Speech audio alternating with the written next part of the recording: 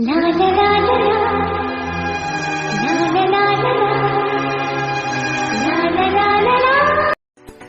Guys, welcome to my channel Anamika Mondal Munni.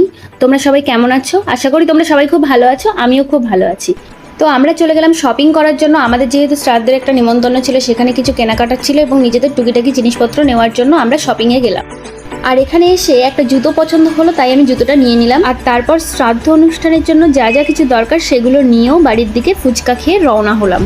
যেহেতু আমাদের বাড়ি থেকে বাজার খুব একটা দূরে নয়, সেহেতু আমরা কিন্তু হেঁটে হেঁটেই বাড়ির দিকে চলে আসলাম। আর বাড়িতে আসার পর আমি খুলে খুলে দেখছিলাম জিনিসগুলো কেমন হয়েছে বা কি কি এনেছি, সেগুলো তোমাদেরও একটু দেখিয়ে দিলাম। তারপর খাওয়া দাওয়া করার পর গ্রামের বাড়ির উদ্দেশ্যে আমরা রওনা হলাম। আমি পরে নিয়েছি একটা ব্লু কালারের শাড়ি। তারপর টিকিট কাউন্টারে গিয়ে টিকিট কাটা হয়ে গেছে। এবার দেখো শাড়িটা পরে আমাকে কেমন লাগছে তোমরা সবাই কমেন্টে জানাও।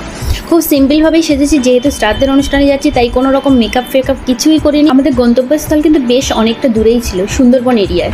তো চারিদিকে দেখো এই প্রাকৃতিক পরিবেশ দেখতে দেখতে বেশ সুন্দরভাবেই কিন্তু আমরা পৌঁছে গেলাম বাড়িতে। আচ্ছা, তোমরা আমাকে জানাও তো কমেন্টে কার কার এই প্রাকৃতিক পরিবেশ, নদী, মাঠ, ঘাট এই সমস্ত কিছু ভালো লাগে।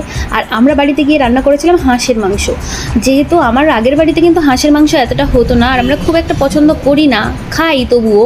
কিন্তু এই বাড়িতে এসে হাঁসের মাংস খাওয়া আমি প্রথম শুরু করি, বেশ টুকটাক ভালোই লাগে। হলো আমি বেশি কিছু তোমাদের দেখাতে পারিনি বা শেয়ার করতে পারিনি, কারণ আমরা যেদিন গেছিলাম সেই দিনই আবার রওনা হয়েছিলাম বাড়ির উদ্দেশ্যে।